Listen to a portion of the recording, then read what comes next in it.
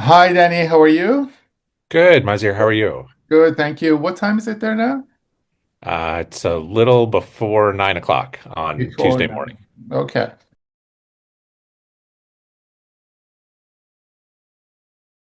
So my first question is, why is there such a widespread of anti-Semitism in different parts of the world? Why anti-Semitism? Let's start with that question. Why anti-Semitism? Okay, it's not an easy question to answer. There's not a single That's answer why to we have that, you here. Yeah. right? So I'll have to explain a few things. First of all, I think it's important for people to know that Jews are a tiny minority of the world population. Right now, they're 0.2%. Not 2%, 0.2% of the world's population. And even in places where we see a majority, or a larger population of Jews, like in the United States, it's still only 2.5% of the population.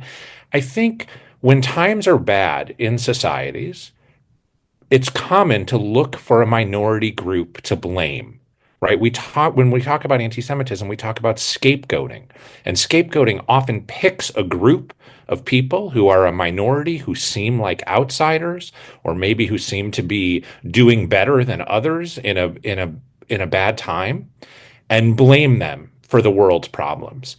That's one reason. Scapegoating is a very important reason for anti-Semitism. But then I think the other really key idea to understand about anti-Semitism is that it functions as a conspiracy theory. Conspiracy theories are very attractive to people. They can be seductive to people. And anti-Semitism, when I say anti-Semitism operates as a conspiracy theory, there's a notion of, or an idea of secret Jewish control, that somehow there's a small group of Jews controlling fill in the blank culture, politics, finances. And in an increasingly complicated world, conspiracy theories, which provide simple explanations, are very attractive to people. We could talk more about how these conspiracy theories actually go back centuries. Yeah, let's talk about it because anti-Semitism is not something new. It has existed for centuries. And I'm just wondering why Jews? Why Jews were targeted more than many other groups, or Well, more than all other groups, maybe. right. One of the reasons is that if we're talking about hundreds of years ago, there were efforts to convert Jews, especially by Christian majorities in many societies, and Jews who would refuse to convert. That would sometimes perpetuate hatred against that group. I think if we go back, say, to the medieval times, right, you see two important conspiracy theories about Jews that take hold in really powerful ways. One is the lie that Jews killed Jesus. And that notion, which is incredibly powerful in Christianity, is written into their religious texts at the time, perpetuates hatred of Jews. And then another is this notion of the blood libel, that it's a lie. And I think one effective way to think about anti-Semitism at its base is lies told about Jews. So this lie is that Jews need the blood of Christian children for Passover, for their Passover ritual. Passover is the holiday in the spring that celebrates Jews' freedom from slavery, and that Christian children's blood is needed for matzah, which is a key food in the Passover holiday. So this idea that Jews are kidnapping Christian children and killing them for their own ritual also takes hold. So both of these are conspiratorial notions about Jews that perpetuate hatred of Jews. And again, you have this small minority that sometimes lives apart and that insists on living apart and not assimilating into the dominant society. And that can perpetuate hatred as well.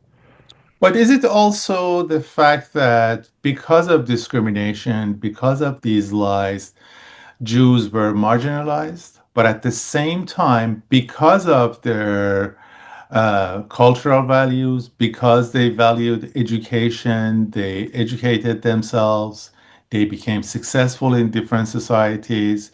So, for some people who were not as successful as Jews in those societies, this hatred somehow intensified because they saw this minority who were discriminated against becoming very successful. I think that's right. I guess what you're talking about, Mazir, is resentment, right? There can be a resentment of Jews that leads to hatred of Jews. I think one of the things to recognize about what you're saying, though, I mean, I agree with you, and that paints Jews all with one brush. And Jews are not a monolithic group. You have Jews who are successful and you have Jews who are poor throughout history, right? But the image of Jews by the dominant society becomes an image or an imagination of all Jews somehow being successful and all Jews being loyal to each other first, not to the lands in which they live, right? So another factor that perpetuates anti-Semitism is this notion of dual loyalty, or that Jews' real loyalty is to each other, and not to the societies in which they live. But I think we do have to be careful about lumping all Jews together, right? And I when You I'm have what to be careful, but the average conspiracy theorist or average anti-Semite who may not be educated, who may have very little educated, they don't care about being careful. And because of that, they put two and two together. And Orwell, as Orwell says, the result is five. I'm always wary of any statement that begins with all Jews and then fill in the blank. But we see that a lot of anti-Semitism does function that way. And Nazi anti-Semitism during the 1930s and 40s in Germany certainly functions that way. All Jews are our enemy, or the common phrase that Nazis would use, Jews are our misfortune. So what does that do? It sets up an us and them. Jews are here in Germany, the Nazis are saying, but they don't belong here. They're not us. They're an internal enemy. And anti Semitism often functions by identifying an internal enemy and blaming that internal enemy for all the problems of a society. Right. What happens in Nazi Germany in the 1930s is a racial anti Semitism, a notion. So, you know, Jews are a religious group. They're an ethnic group. They're a cultural group. It's hard to pin down and define Jews, and Jews will disagree among each other about the how to define Jewish identity. Anti-Semitism had been based on religious prejudice against Jews. The Nazis make it a racial prejudice against Jews. Literally, they believe that it's in Jews' blood. Someone is Jewish because of what's in their blood. Um, Nazis will believe then that Jews are weak and diseased and parasites, attacking the host society. And if you think about it, if Jewish identity is racial, then even Jews who, say, convert to Christianity, which some Jews do, according to the Nazis, are still Jews in their blood. And they believe that Jews are a diseased part of society, an enemy within that needs to be eradicated. And so that racial anti-Semitism is one of the biggest differences, or I guess you could say, an evolution of anti-Semitism in the 1930s. And that racial anti-Semitism, of course, precedes the Nazis. But was that something, a belief that was widespread in around Europe, or it was very specific to Germany and the area around that? country. You're right. It's not, it's this belief, this racial anti-Semitism and a belief in a racial hierarchy of groups of peoples is not unique to Nazi Germany. We see it here in the United States. We see it in Great Britain. We see it elsewhere. At that time, a kind of racial science, eugenics, that takes hold in multiple societies that ranks groups of people according to a hierarchy of how, quote, civilized they are. And you see in those rankings white Christians and usually white Christian Protestants at the top of this ranking of hierarchy, and Jews and other, we would today say, people of color at the bottom of that hierarchy. And the notion was that those people are weaker, that they have traits, biological traits that should be bred out of society. Um, and it speaks, Maziar, to one of the contradictions of anti-Semitism as well, right? Jews are at the bottom of that racial hierarchy, but they're also imagined as a powerful group. So they're weak, and an anti-Semite will tell you Jews are weak and they're powerful.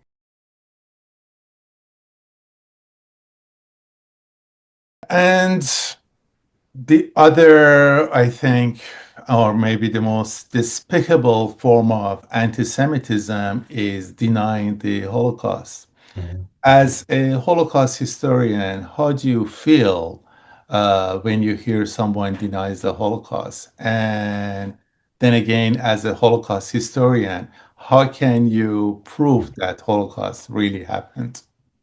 I mean, I feel concerned, and honestly, sometimes I feel sickened when I hear people deny the Holocaust. We have so much evidence of what happened, and so much of the evidence of the crimes is from the perpetrators, from the Nazis. The Nazis were proud of what they were doing, so they were documenting it. And so to deny that, I mean, the Nazis sometimes tried to hide their crimes from the world, but they're also proud of what they're doing. So we know the Holocaust happened in part because of the evidence we have from the Nazis. We also know from the survivors, from Holocaust survivors. And so you asked me how I feel. I mean, well, part of the reason I do this work is because I've had the privilege to know so many Holocaust survivors. And I want to make sure that their stories are carried on and that their experiences are carried on past the moment of their lives. And we're living at a moment right now, 80 years after the end of World War II, where we soon won't have eyewitness testimony. So I feel a deep obligation to continue teaching the Holocaust. You ask why or how people can deny it. I think it actually is a window again into how anti-Semitism works, right? I think much of Holocaust denial is a form of anti-Semitism. Scratch the surface of what a Holocaust denier is saying, and often you'll get a denier saying the Holocaust didn't happen, but then at the same time they'll celebrate Adolf Hitler, or they'll celebrate what the Nazis did, or they'll say some version of the Holocaust didn't happen, but Hitler should have finished the job, meaning killed all the Jews in the world. That contradiction doesn't make any sense. But we've been talking around this a little, and I think it's important to say anti-Semitism is not logical. Prejudice is not logical. So anti-Semitism contains a lot of its own contradictions. Jews are weak, Jews are all powerful. The Holocaust didn't happen, but Adolf Hitler was a great man who should have finished the project, right? And these contradictions don't, for someone who hates, these contradictions don't bother them. Yeah. Jews are And capitalists, Jews are communists. exactly, exactly. That's the classic, right? Jews are capitalists, Jews are communists. And I think, one of the frustrating things, I wish I were smart enough to figure this out, but um, if a form of hatred is based on illogic, right, a lack of logic, those of us who try to fight anti-Semitism and try to answer anti-Semitism fight back with logic and with facts and with evidence. But how do you meet illogic with logic in a successful way? It's a problem for fighting all prejudices. Not to say, I'm not saying we shouldn't do it. We have to continue to do it. But when people say, well, why doesn't anti-Semitism just go away? Well, it's based on lies and falsehoods and illogic and conspiratorial thinking. And those things are attractive and hard to combat.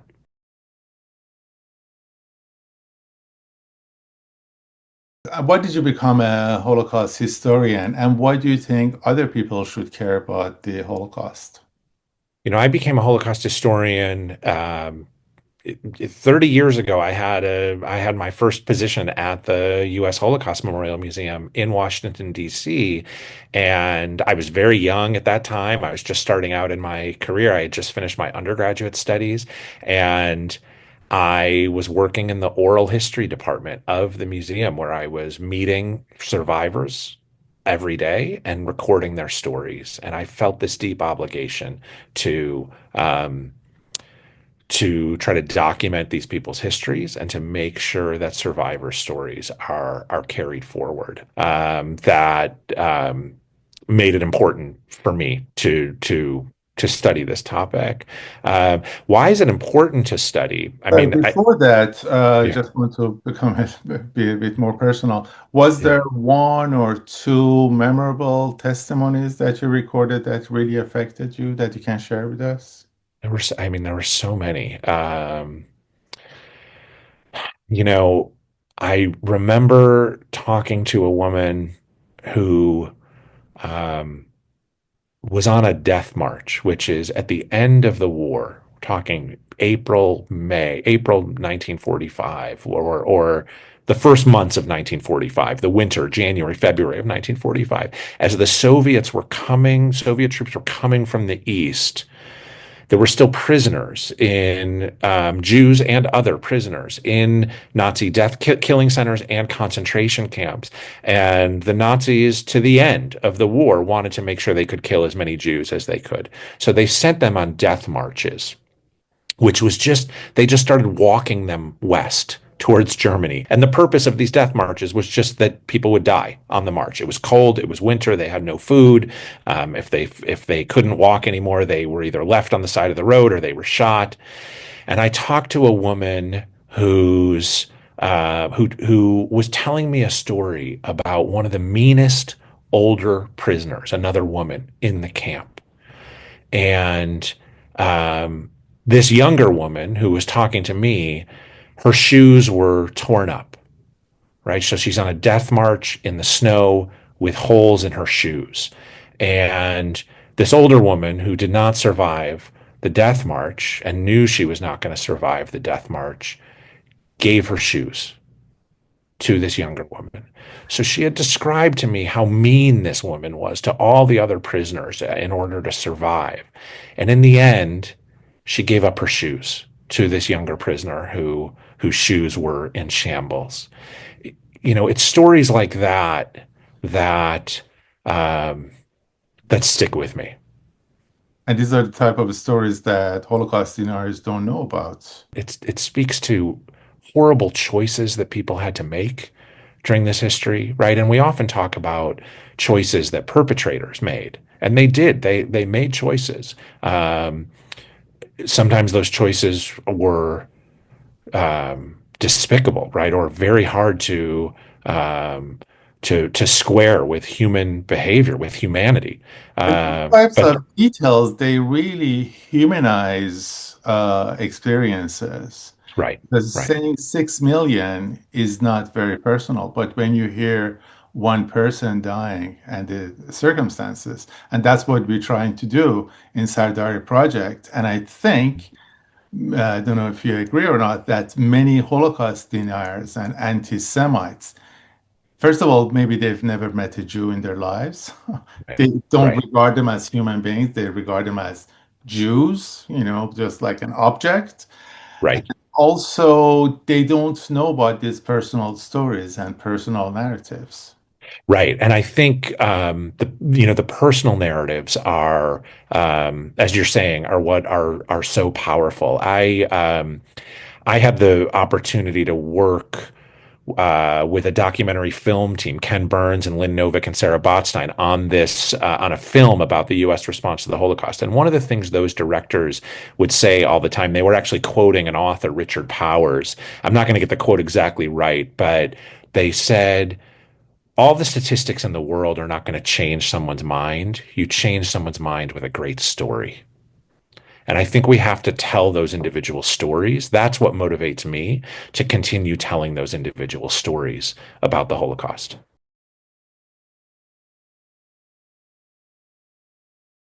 Sorry, I interrupted you. You were going to talk about why people need to know about the Holocaust, why Oh, absolutely. taking is important.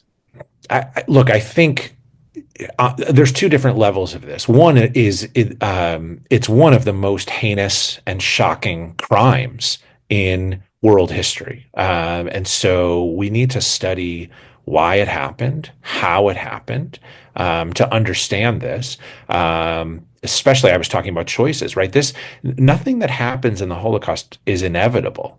It happens because individuals make choices, right? So, and in this case, individuals make choices that lead to the crumbling of a democracy in Germany and the rise of totalitarianism. They make choices that lead to a murderous anti-Semitism, where in the end, in 12 years, 2 out of every 3 Jews who are living in Europe die. 6 million out of 9 million Jews living in Europe die, right? So how does that happen? We need to understand how that happens. And it happens because of choices that individuals make. It also so that's on a level of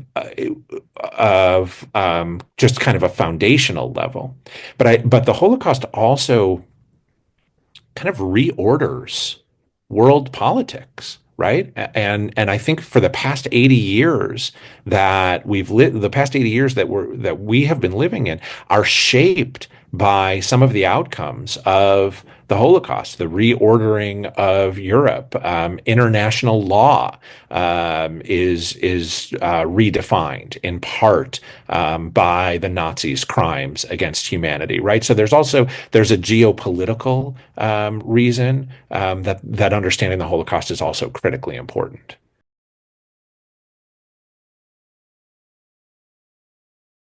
You must have studied other genocides and other atrocities, such as the one in Rwanda, Cambodia, Bosnia.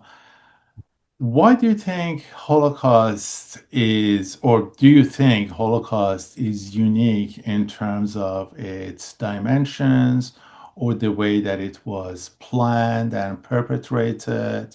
Or do we even have to talk about other genocides when we are talking about the Holocaust? I think it's important to put the Holocaust in a context. It is, of course, not the only genocide.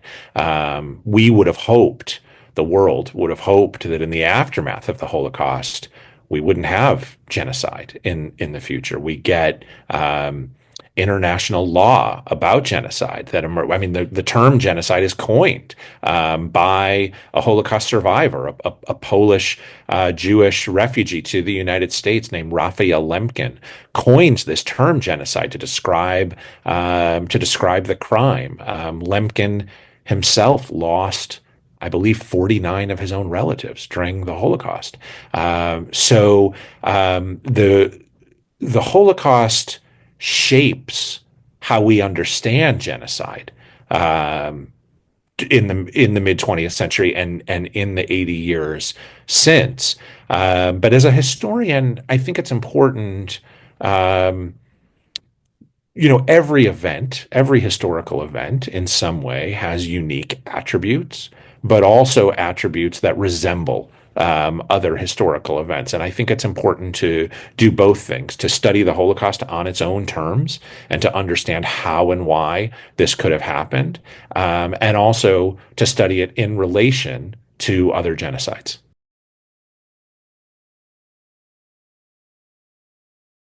Yeah. Unfortunately, some of our audience members and different people around the world, they say that Hitler was a great man and he did great things for Germany. Some of them condemn what he did to the Jews, and some of them liked what he did to the Jews, but still think that he was a great man that saved Germany and he created many great things. What do you tell them? What do you tell those people? I think I would tell them to look towards Germany today and Germany's commemoration of the Holocaust over the past, or maybe not Germany's commemoration of the Holocaust. Maybe that's not the way to say it. Maybe the way to say it is how Germany has dealt with the memory of Nazism. They understand, Germans understand that Adolf Hitler.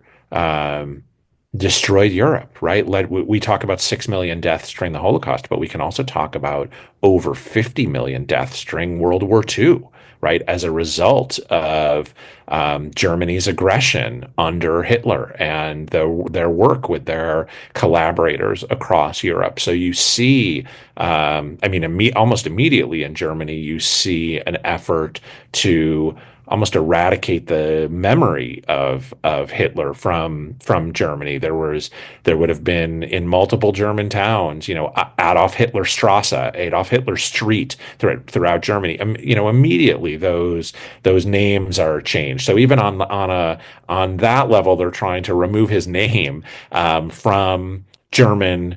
From any place of honor in Germany. But I think Germans have also really struggled with the memory of Hitler and commemorating him in a way as a counterexample of the dangers of authoritarianism, the dangers of fascism. The notion, the false idea that he somehow was a great man doesn't sit well with me when you look at the mass destruction and mass death that his policies and his beliefs led to across Germany and across Europe.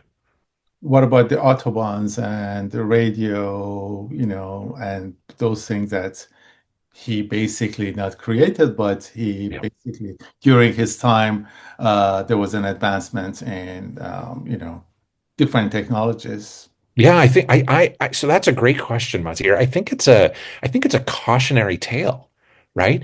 Um, yes, there's the Autobahn and there's Hitler's use of the very effective use of the radio, right, for propaganda. I mean, we see that also in other genocides in Rwanda as well, right? A very dangerous use of technology.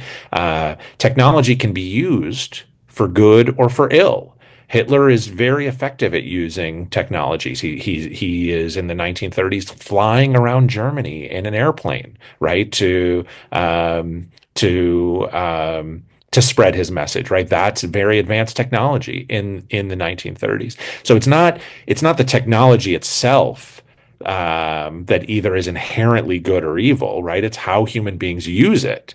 And Hitler and the Nazis, especially, are using the radio to spread hatred of Jews in a way that contributes to their marginalization, their separation from society, and eventually their murder as well.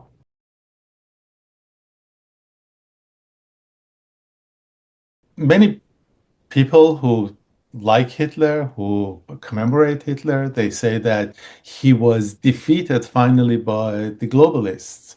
What do they mean by globalists? What does globalist mean? And was he defeated by the globalists? I think globalist is a code word for Jews.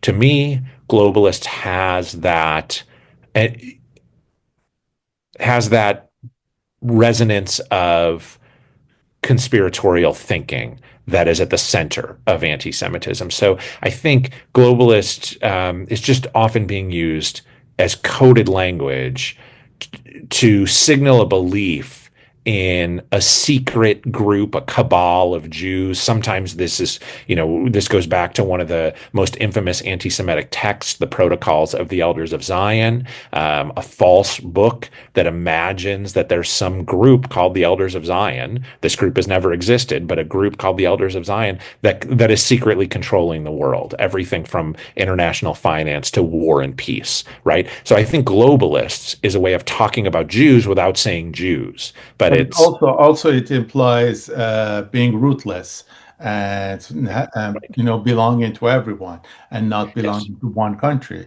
which Right. a lot of people say Jews are.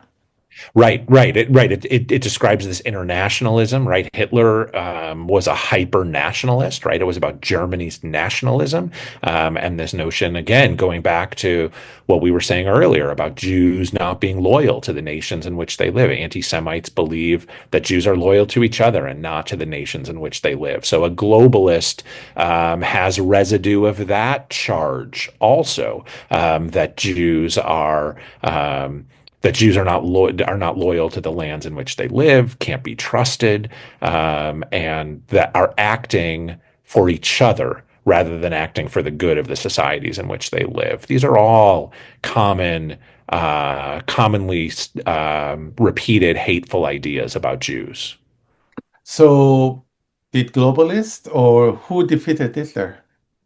Well, the Allies defeated Hitler. The Allies, led by the Soviets, the British, and the United States, but with many other countries as well, made huge sacrifices at home and wherever home was, whether it was Great Britain or the United States or elsewhere, and in war. Right, this is a mass catastrophe with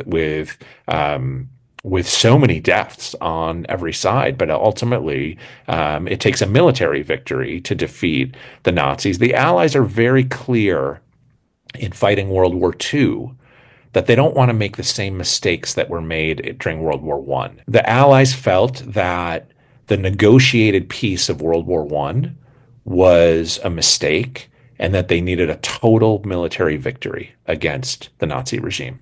When you hear the word, I mean, as you know, in the US these days, especially, but also in other places, many people are talking about globalism and globalists. How do you feel when you think about that? And do you think that these people, they're all anti-Semites or they have other grievances against capitalism, the system, different systems of governance, and they are using the term globalists as an abstract term to identify the source of the problem, which to them it's unknown.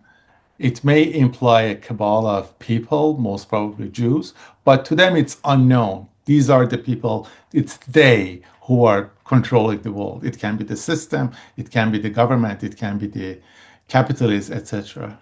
Right. I mean, not all conspiratorial thinking is necessarily anti-Semitic, but I'm very wary when I do hear conspiratorial thinking because conspiratorial thinking feeds anti-Semitism. It often feeds anti-Semitism. You might be talking about the people you're talking about, say the hypothetical people who want to know or speak about globalists and want to understand who's controlling things. I think it's just a few more steps down the path, potentially, to anti-Semitism. So how do you stop people from going down that path? I'm very concerned about kind of a triangulation right now between conspiratorial thinking, which is very popular, the way conspiratorial thinking feeds anti-Semitism, and the way that social media is optimized for conspiratorial thinking. And we know that more and more people are getting their news from social media, and believing what they read on social media. So I think we're at a moment right now where there's a deficit of critical thinking. And I would, and I think a deficit of critical thinking feeds conspiratorial thinking. Conspiratorial thinking provides simple solutions to complex questions. And I would encourage people to ask themselves when they're reading something, how do I know that's true? How do I know whether that's true? Anti-Semitism and other forms of hatred thrive on lies. And if we can pause and ask ourselves, how do we know that's true? That's a way to combat some of this thinking about anti-Semitism and lies. And I just worry about the people who you would be describing as on a trajectory that's a concerning trajectory that could lead them from um, kind of innocent, uninformed questioning, right? And then buying into a notion of a global Jewish conspiracy to explain a complex world.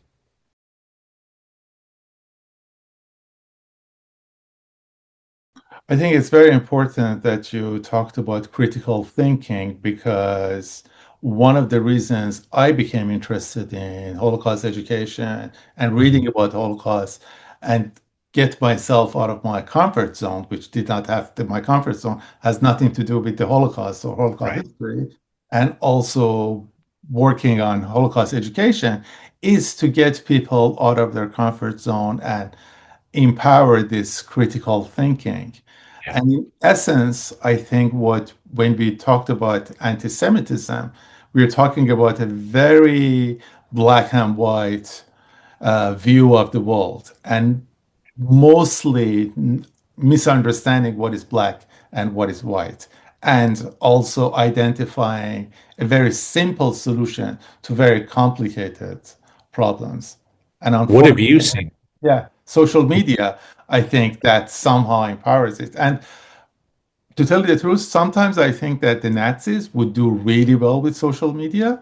If social media existed in the 1930s, I think I agree. Nazis would be so successful in using different social media platforms. Sorry, what was your question? No, I agree. I mean, radio was new media at the time, and the Nazis were quite good at using it. I guess I'm curious, what have you seen or as some of the most successful strategies to move people towards critical thinking? It's just, I think you have to educate people and expose them to different ideas as much as possible. Yeah. You have to question them all the time and also allow them to question their ideas Yeah. and telling them that unfortunately, the answers to most questions is not very simple. It's Right. not a yes and no answer. And social media does not allow that. Even Exactly. cable news does not allow that either.